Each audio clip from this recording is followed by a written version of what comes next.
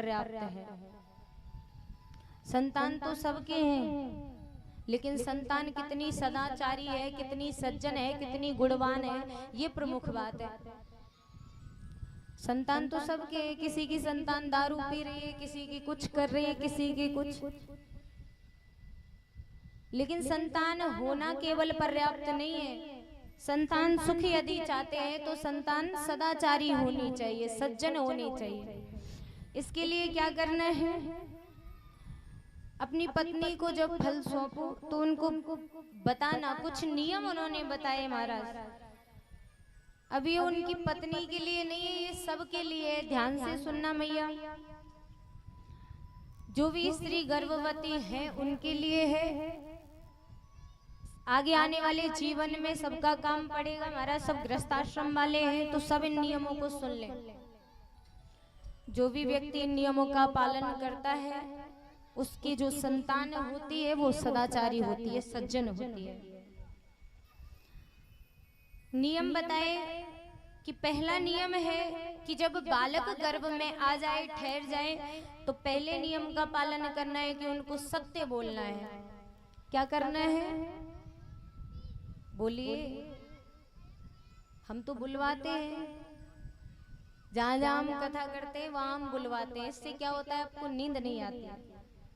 तो पहला नियम क्या है? सत्य बोलना है। दूसरा बताया, बाहर और भीतर की पवित्रता का ध्यान रखना है। पवित्रता का विशेष ध्यान रखना है। इसका अर्थ है कि मन भी शुद्ध होना चाहिए और शरीर भी शुद्ध होना चाहिए। तीसरा बताया, उनके हृदय के अंदर दया का भाव होना चाहिए।